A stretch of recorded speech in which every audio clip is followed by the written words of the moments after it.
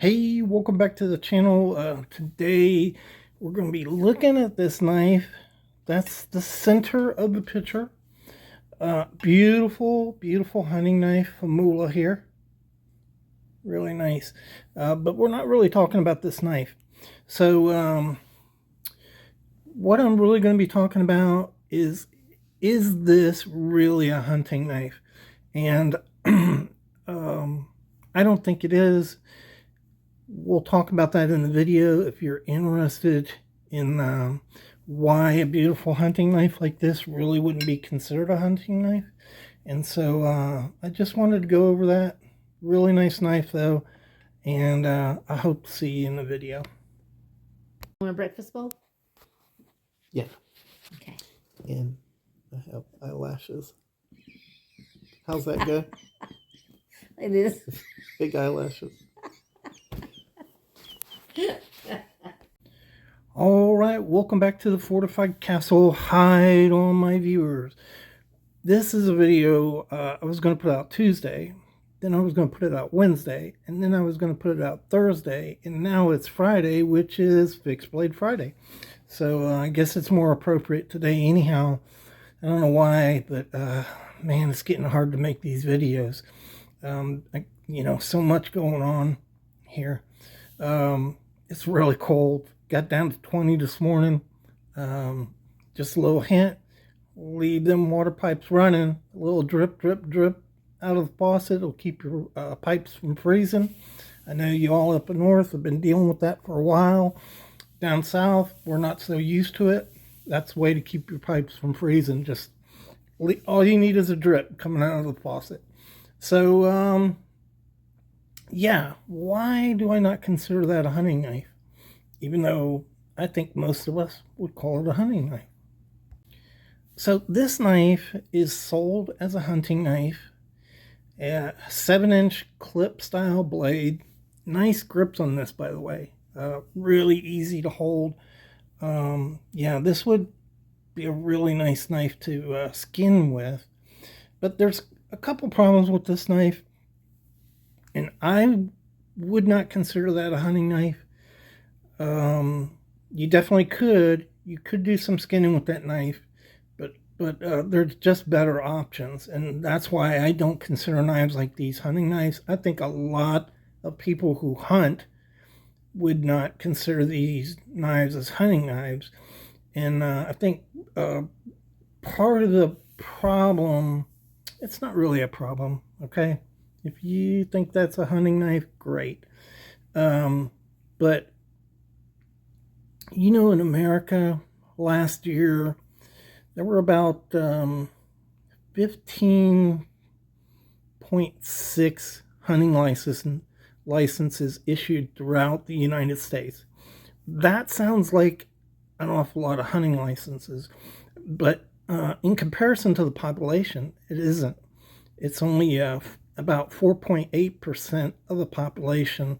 So you're talking about there's not a lot of people who actually hunt and skin game out there, and there's a lot of people that hunt that don't skin game at all. They take it to somebody. In the 60s, about the same number of licenses were issued in the United States, about 16 million licenses. So that has come down a little bit, but the population has grown. And so back in the 60s and 70s, the percentage of the population that got hunting knives were around 6%. And today it's a little over 4%, 4.8%. Well, that's a lot over 4%. But anyhow, the participation in the country with hunting is going down, hunting and fishing. And I think there's less and less people who kind of have grown up into that hunting environment. And that's me. So my dad didn't hunt. I grew up in Miami. I started hunting at 16. I taught myself hunting by hanging around other people who hunted. I went hunting with other people who hunted. read books. Back then you had Field and Stream and a number of other magazines. And so I'm a self-taught hunter, basically. And let's look at why I wouldn't consider that a hunting knife. So the first thing would be this hilt right here. That's cool. That's great. It's old-time Bowie hilt. Prevent your fingers from sliding forward. More useful in knife fighting than hunting. Now, you can overcome that, and I would easily overcome that by cupping my blade like this, and I can go right over there. It's really not that big a problem. I'll put it in between, right here. Not that big a problem. But it's not ideal. You really don't want these big things. You want to be able to bring your hands up, move them around. You don't really need a hilt. And this is more like a fighting knife than a hunting knife. Again, you could use it. I have used knives like these to skin. And the other thing's a little bit about the blade geometry. So you have this really nice clip point blade that comes up, really sharp point, and it comes up.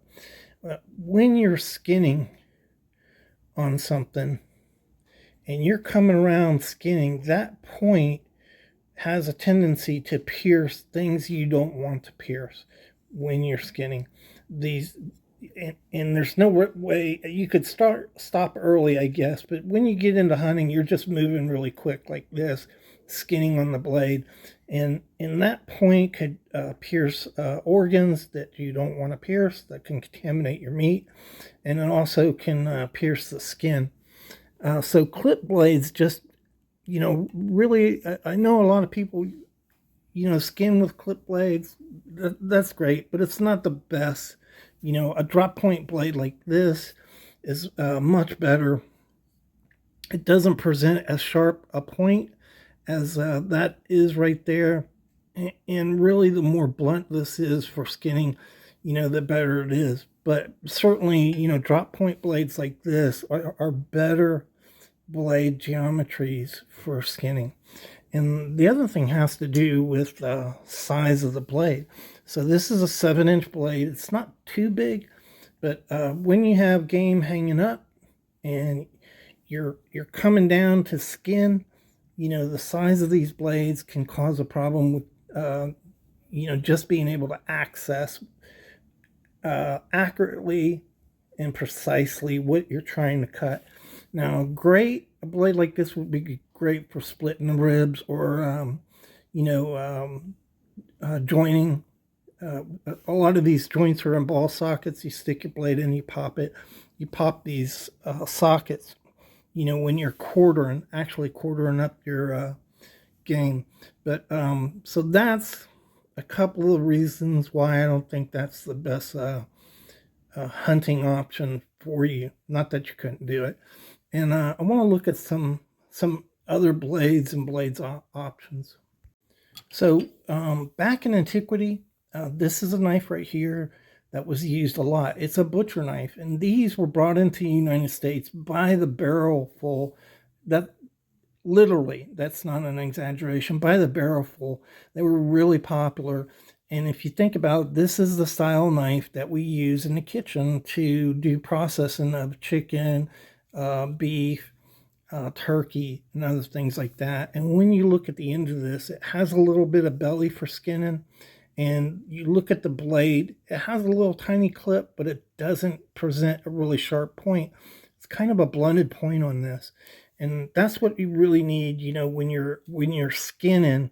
You don't want that point to actually pierce things, especially when you're zipping the hide.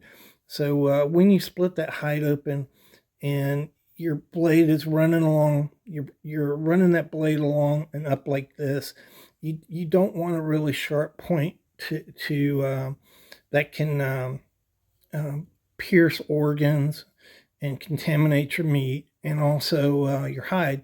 Now, it's not as much as an issue like if you're field dressing and you're not really worried about keeping the hide, for show or use in other things. It doesn't matter, right? You can always clean it up later. Here's another one right here. This is old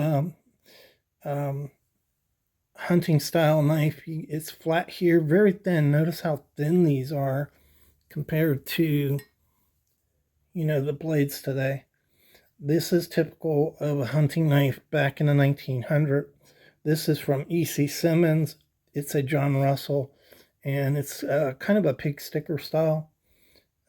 That's what they use that for. But a lot of guys use this as a hunting blade back in the day. This was a style in the 1860s. You would say this had a Mediterranean influence. You have that collar that is kind of indicative of Spain, Italy, Germany, and a Mediterranean blade, which looks a lot like a cleaver. But this is a small knife, 5-inch blade, and this is a replica of a belt knife that was found in the Southwest. And this is very typical when you look at pictures. That bird head wraps around. It's hard for me to show you, but it just fits my hand perfectly there. And these were little skinning knives that guys used a lot. They were very popular.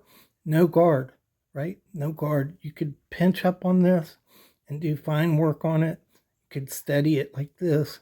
And these were very popular. And today, this is kind of popular. Today we're using knives like this Bark River right here. You can see there's no guard on this. You can work up on the blade. You can work back on it. You can crawl up like this for fine detailed work. And this is a 4-inch blade.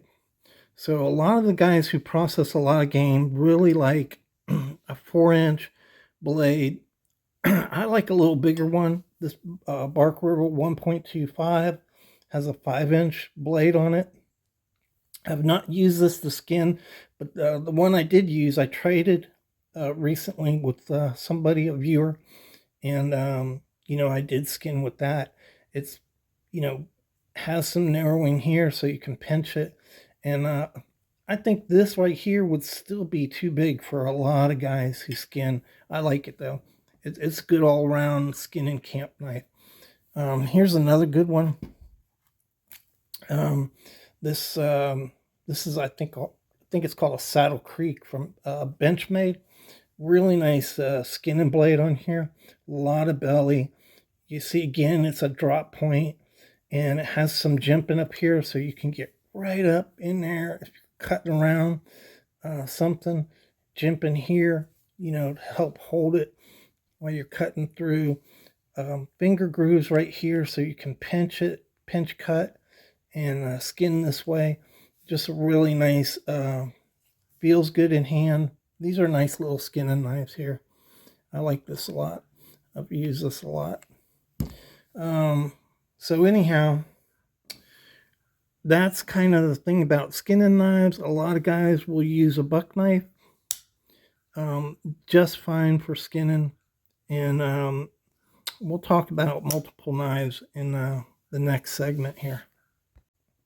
So I think guys who do the skinning a lot use multiple knives, especially if you're doing it in a camp or at home.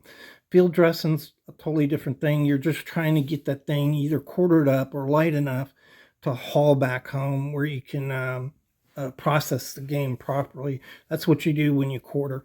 But you really need a pretty good sturdy knife to pop the joints on the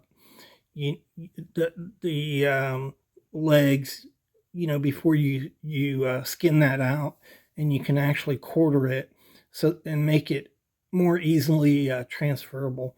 And so you're talking bigger game too there. Your bigger, your mule deer, your elk, bear, big animals. But even a whitetail can get up there in weight, especially up in the Northeast, like Pennsylvania, New York. They've got some really big whitetail deer up there. So, for a big knife, I think 5 inches is about, where you want to be on that. Here's a homemade knife. This is 5.5 inches here. It does have a guard, but on knives with guards, that are smaller, they're very easy to overcome that. It doesn't really bother you a whole lot when you're choking up on your blade. This is one I've used for, I've used it for 35 years. I probably quit skinning with this after about 25 years and used different options. But again, this, but it's a buck 120. So it's a really big blade, 7-inch blade on this. But the hilts are smaller, so they're very easy to overcome them.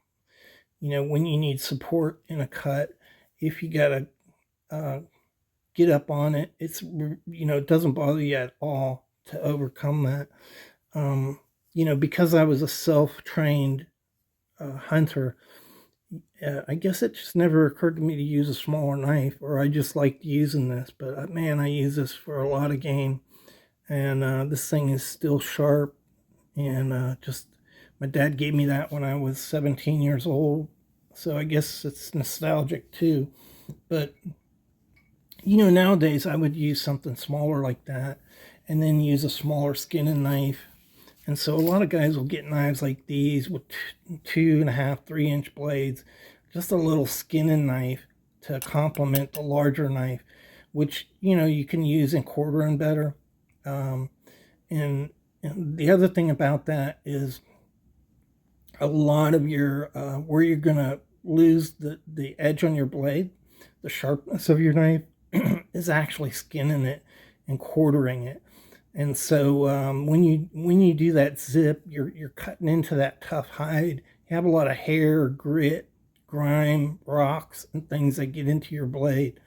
And so having two blades, using a blade like this to split the deer open, and then a smaller blade to actually skin, works a lot better. Having two blades.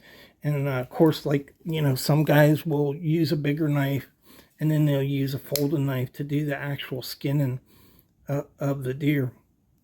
If you're just trying to move it, gut it, and maybe quarter it so that you can transport it easier, you maybe don't need two knives. All you need is one to split it open and gut it.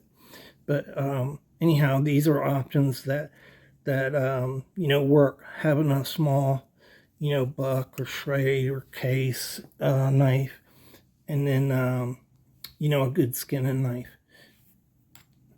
Here's another knife, but it's old, a knife, 50s, 60s, really popular. Again, this is bigger than a bird and trout knife, but it's very, I'd say it's on the line for being a bird and trout knife. It is a little bigger. I had to, when I got this knife, when you're skinning, all that gunk gets all over your knife, and if you don't clean it up right away, what happens is that fat and skin gets in your grooves of your knife, and it was all silver in these grooves, and I had to hand pick that out and clean this up, because that stuff hardens and it almost becomes like resin, that glucose from your skinning. And I had to go through and clean all of these out with just a plastic pick, and I used a wood pick, plastic pick, but this was all full of stuff I had to clean out of it. So this was definitely used for a lot of skinning. But, good knife for deer, or, small game like squirrel and muskrat and rabbit, those type of things. Another knife that I've used in the past is just a K-bar. It's a utility knife. They're pretty light. Again, you have a large blade here, and not quite as acute a tip as you get like on a buck, or you can see right here, just a totally different tip on there. And these are usable, but again, if you take this and squat it down, cut that blade off a little bit, you get this right here. They're pretty much similar blades. And So you see right there, this is just a better skin and blade, but basically same design knife, just a smaller blade, 5-inch. So yeah, that would be my recommendations. Yeah, these are beautiful knives. Certainly carried knives like these. Like I said, I have skinned with a K-bar. There are a lot better options than the K-bar for skinning deer, and that's what I would look for. A knife like this, drop point blade, 4 to 5 inches, and then a smaller caping blade. Look, did I bring one of those out? I think I did. Yeah. So a caping blade is just a little tiny knife. To give you a comparison, that's a 4-inch blade, a little over 4 inches on the handle here, probably 4.5 inches on the handle. And so this is a little tiny caping knife. And these work really well for getting around little tiny areas you're trying to clean up. And again, you know that if you were to use a big knife for joining and just popping that skin open, working the head, if you're going to remove the head on it, and then you're skinning with this, and then these are really fine areas you want to get around and clean up. Caping knives, these work really good.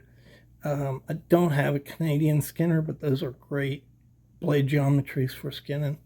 Anyhow, that's kind of where I was coming from in the front, where I said, you know, it's not really a hunting knife.